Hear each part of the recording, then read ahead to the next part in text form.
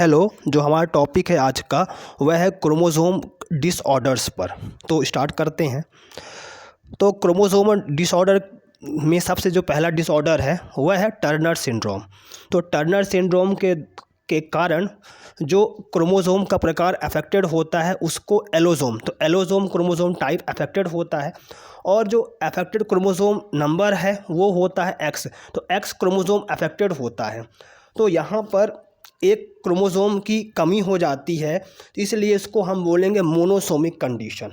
अब इसके द्वारा कौन कौन से करैक्टर्स या कौन कौन से रोग हो जाते हैं, तो जैसे जो फीमेल होगी तो फीमेल स्टेराइल हो जाएगी, फीमेल स्टेराइल होगी। फीमेल का जो ओवरी है वो काफ़ी कम विकसित होता है और जो मेंस्ट्रुअल साइकिल है वो अब्सेंट होता है। तो टर्नर सिंड्रोम के कारण फीमेल स्टेराइल हो जाएगी, ओवरी काफ़ी कम विकसित होगी और जो मेंस्ट्रुअल साइकिल है वो अब्सेंट होता है। तो टर्नर सिंड्रोम में एक्स क्रोमोसोम अफेक्टेड होता है और जो क्रोमोसोम की संख्या होती है वो 45 हो जाती है। अगला सिंड्रोम की बात करें तो अगला सिंड्रोम है क्लाइनफेल्टर सिंड्रोम। तो यहाँ पर जो क्रोमोसोम अफेक्टेड होता है, क्रोमोसोम टाइप अफेक्टेड होता है वो एलोसोम होगा और जो अफेक्टेड क्रोमोसोम संख्या है वो भी एक्स क्रोमोसोम होगी। यहाँ पर एक एक्स्ट्रा क्रोमोसोम हो जाता है, इसलिए यहाँ पर ट्राइसोमिक कंडीशन बनती है। यहाँ पर एक अतिरिक्त क्रोमोसोम हो जाता है जिसको हम ट्राइसोमिक कंडीशन बोलेंगे। तो क्रोमोसोम टोटल कितने हो जाएंगे, 44 प्लस एक्स एक्स वाई। यहाँ पर एक एक्स्ट्रा एक्स क्रोमोसोम ऐड हो जाता है। अब यहाँ पर इसके करैक्टर क्या क्या हैं, तो यहाँ पर जो मेल है मेल स्टेराइल हो जाएगा, मेल स्टेराइल हो जाएगा और जो मेल है उसमें फीमेल के लक्षण आ जाएंगे। टर्नर सिंड्रोम में फीमेल स्टेराइल थी और क्लाइनफेल्टर में मेल स्टेराइल हो जाता है और मेल में फीमेल के लक्षण आ जाते हैं। अगला हम बात करते हैं डाउन सिंड्रोम। डाउन सिंड्रोम या इसको मोंगोलिज्म भी कहा जाता है, डाउन सिंड्रोम और या इसको मोंगोलिज्म भी कहा जाता है। तो यहाँ पर जो क्रोमोसोम अफेक्टेड होगा ऑटोसोम होगा, क्रोमोसोम ऑटोसोम क्रोमोसोम है और जो क्रोमोसोम अफेक्टेड होगा यहाँ पर जो 21 क्रोमोसोम, तो डाउन सिंड्रोम में 21 क्रोमोसोम में अफेक्ट आ जाता है। तो यहाँ पर जो एक एक्स्ट्रा क्रोमोसोम जुड़ जाता है, मतलब 21 क्रोमोसोम में अफेक्ट होगा और वहाँ पर एक एक्स्ट्रा क्रोमोसोम ऐड हो जाता है। तो जो क्रोमोसोम संख्या है वो 47 हो जाती है और यहाँ पर जो कंडीशन है वो भी ट्राइसोमिक हो जाएगी।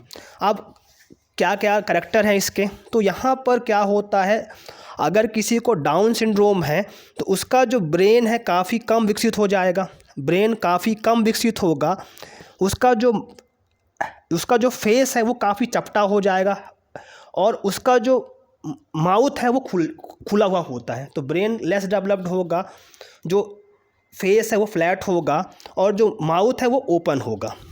अगला हम बात करते हैं सिंड्रोम की कैट क्राई और क्राई डू चैट।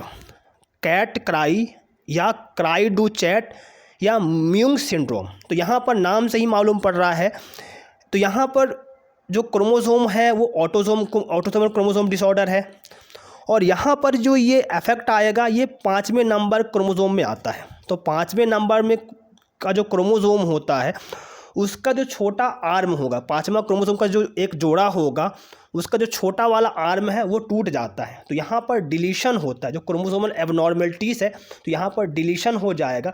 तो जो 5th क्रोमोसोम है उसका एक पार्ट, जो छोटा वाला पार्ट है वो टूट जाता है। तो ये एक डाइसोमिक कंडीशन है क्योंकि यहाँ पर एक क्रोमोसोम का लॉस हो जाता है। अगर हम करैक्टर की बात करें तो यहाँ पर जो व्यक्ति है जिसको ये रोग होता है, तो अगर वह रोता है तो जब वो रोता है तो उसके रोने में बिल्ली की आवाज़ आती है। तो बिल्ली की आवाज़ आने के कारण इसका नाम दे दिया गया कैट क्राई। अगला हम बात करते हैं एडवर्ड सिंड्रोम। तो एडवर्ड सिंड्रोम में जो क्रोमोसोम डिसऑर्डर है, क्रोमोसोम जो डिसऑर्डर है ऑटोसोमल डिसऑर्डर है ये, और यहाँ पर क्या होता है कि जो 18वां क्रोमोसोम का जो जोड़ा होता है उसमें एक एक्स्ट्रा क्रोमोसोम ऐड हो जाता है। तो यहाँ पर जो कंडीशन है वो ट्राइसोमिक कंडीशन कहलाएगी। अगर हम करैक्टर की बात करें तो करैक्टर क्या दिखते हैं इसमें, जो नीचे वाला जबड़ा होता है वो काफ़ी छोटा हो जाता है, जो ब्रेन है काफ़ी कम विकसित होता है, और जिस व्यक्ति को ये रोग हो जाता है उसकी 6 महीने के अंदर ही मृत्यु हो जाती है। तो ये काफ़ी खतरनाक रोग होता है। 6 महीने के अंदर ही जिस व्यक्ति को ये सिंड्रोम होता है उसकी मृत्यु हो जाती है। अगला हम बात करते हैं पटाऊ सिंड्रोम की। तो पटाऊ सिंड्रोम भी एक ऑटोसोमल डिसऑर्डर है, और ये 13 क्रोमोसोम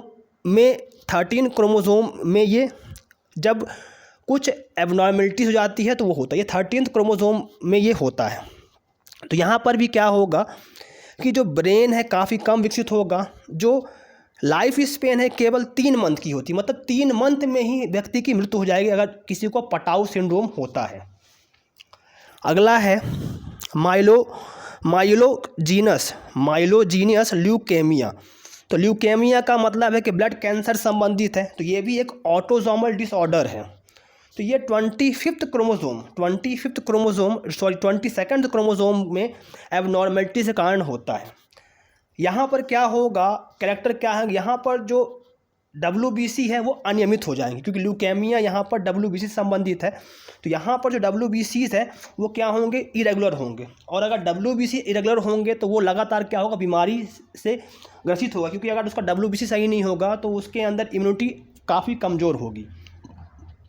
तो यहाँ पर जो क्वेश्चंस है काफ़ी ज़्यादा क्वेश्चंस आते हैं, हर कंपटीशन में यहाँ से क्वेश्चन आते हैं।